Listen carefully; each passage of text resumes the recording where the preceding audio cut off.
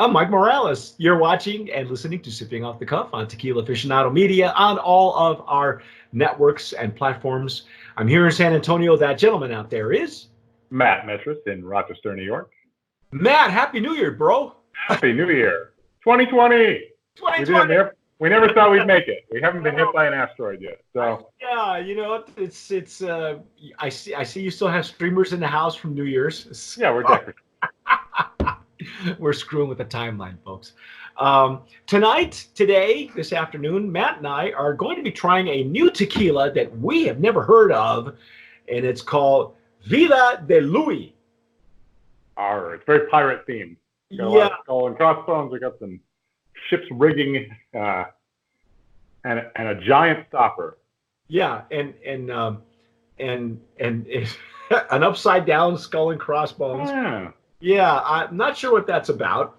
And we're going to flip things around, okay? First, before we give you any information behind the brand, we're just going to show it to you. It's an interesting bottle, an interesting logo. I think, if nothing else, Matt, for imagination, I'd love to nominate it as a brand of promise just in the packaging alone. Absolutely. This is a cool-looking bottle. I mean, you would expect to have this. So in the Virgin Islands, there's a boat that's a bar. It's like a floating bar out in Tortola. And I would see this as something they would serve there, right? Like it's just on board a ship. You got to swim to get there. Yeah. Yeah. It's or even in Mexico, it's kind of got that that Margaritaville vibe to it, right? Which kind of scares me. And I'll tell you why as we go through this. But I'm pouring this into my jarrito, for mezcal, which has a wider mouth. Well, that's what I'm using too. And this is a Blanco. It's considered a Blanco tequila. Okay. Not even going to tell you where it comes from until. Oh, wow, that's cool. You can even see the logo on the inside. Yeah. That's kind of neat. It's backwards, but it's all right. Yeah. More and more people are going through that phase where they're showing you the tequila and minimal. They're spending more money on the logo and less on the bottle and more on the juice. So let's find out. First of all, it's got some interesting legs and tiers. Clinginess. Yeah, it's a little bit more clinginess than what I'm used to seeing in other Blancos, but it's a slow drip. Mm-hmm. Not to say there's anything wrong with that. Nope, not at all. And it's pristine. It's not cloudy or anything like that. So, oh wow. Huh.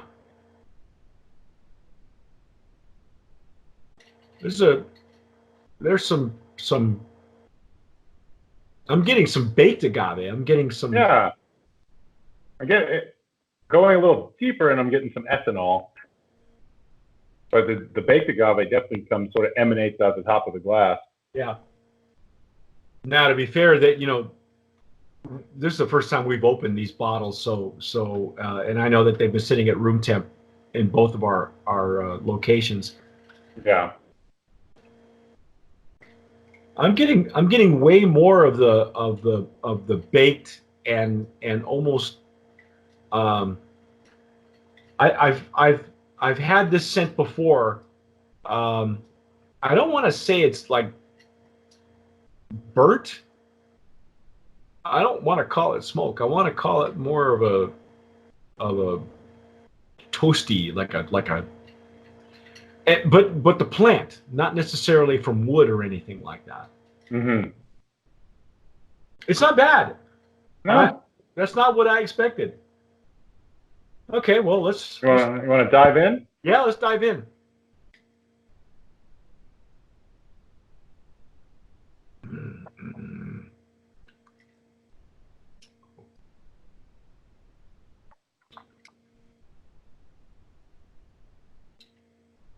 Okay. It's an aggressive intake. Yeah, there's some citrusiness going on. Mm-hmm.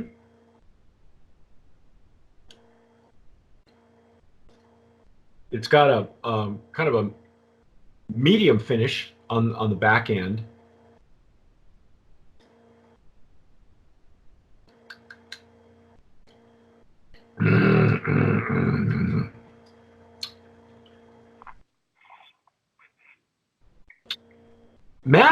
It's not bad. Mm-hmm. It's not bad at all. I don't know what prompted me for some reason, and I may be mistaken, but for some reason I thought this was going to be a flavored tequila. So I think on their website, they focus a lot on the Bahamas and the Caribbean and oranges, and I think that maybe gives that perception that it has some flavoring to it, but it definitely is not flavored or infused or anything. No, it's a solid tequila. It's a solid profile. Probably a lot more aggressive. It's not as refined, maybe as what some people get in other blancos. But they sent us some information. Let's get into the info as I steal my paperwork. Let's give you all the particulars. It comes out of NOM 1438. It's Destiladora del Valle. A lot. If that sounds familiar to you, you get a lot of brands that come out of there, like Siempre, and I think Matt pointed out a lot of questionable tequilas come out of there as well. Like, I mean, there's a lot of tequilas that come out. Apparently, 105 are currently in production there. Yeah, which is a lot, and it's right in Tequila Town, but on the other side of town from the bulk of the distilleries. Yeah, it's one of the more major maquiladoras. They make tequila for private contracted brands. And for some reason, they're becoming more and more popular. I just looked at the NOM list not too long ago, the new one for I believe probably December, January, and there are more and more brand that list out of that distillery just gets bigger and bigger. So, but it's got some award winners that come out of there, probably as many as what comes out of La Cofradia, which is another big maquiladora with very respectable brands that come out of there. So, I'm not finding anything wrong with this. On their paperwork, this is of course an 80 proof, 40 ABV, a 750 milliliter bottle. This is where it gets interesting. They are telling us that they have a chill treatment system where the tequila is subjected to 2 degrees Celsius for 12 hours, then transferred to a cooling tank and brought back to standard temperatures, which preserves the clarity with no cloudiness. Huh? I've never heard anything like that. Have you? Now, but here's another one. Here's another highlight. It passes through oxygenation system for 12 to 48 hours for smoothness and to preserve the flavors of the agave plant. Now, oxygenation I have heard of before. Sure. It is not uncommon to hear that now, where it's like running your tequila through an aerator. It's like it's being aerated prior to being bottled. Nothing wrong with that. I've heard that. I don't know if I'm sure it happens automatically. You know, they got a machinery that does that for them, and it says that the aldehydes removed to protect against after effects such as headaches. Yeah, well, that happens in the second distillation anyway. So there you go. It's 100% agave. What do they say on this information, Matt? If they are doing what I think they're doing with agave? Well, they're cooking it in both brick ovens and stainless steel autoclaves, which is not something that typically happens. Presumably, they're taking the pinos from each when they're baked and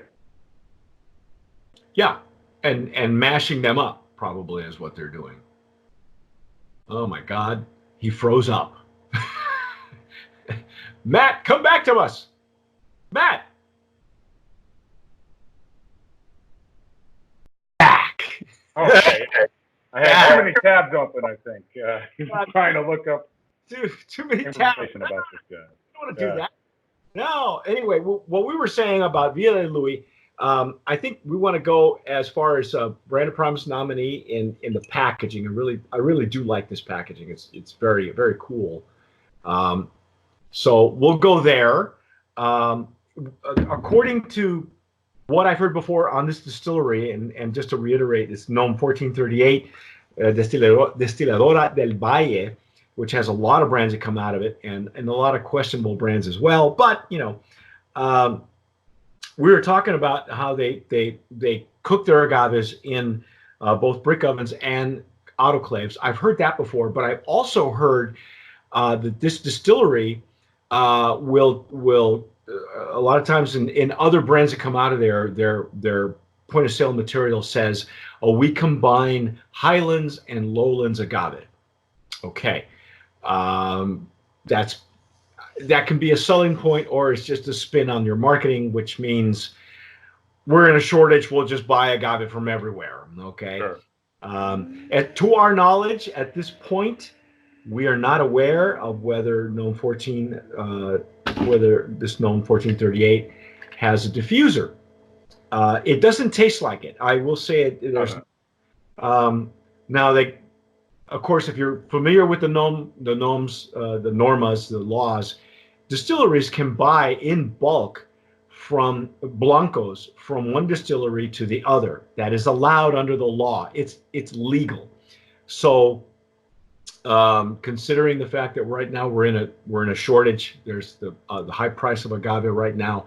There's no telling what distilleries are doing with these brands. They could be blending.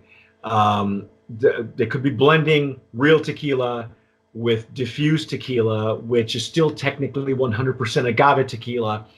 I don't taste this happening at this point. No, a lot of when you do diffused tequilas, you get a lot of ethanol burn on the sides of your tongue, and I'm not picking that up here at all. Yeah, and you've been to the Sauza distillery, which hides their diffuser under a huge building. You've been there, so you know how these things work, and you know what they look like, and you know that they're as big as a train, so they're very hard. They're huge. They're hard to hide. Yeah, and they're hard to hide. So if you have a lot of money, like the Sauza distillery, you can build a building around your train and then keep it hidden from public view. This doesn't. It just smells like it's got very pleasant citrus notes. It's a solid tequila. The MSRP, according to the information that we were sent, says about $30.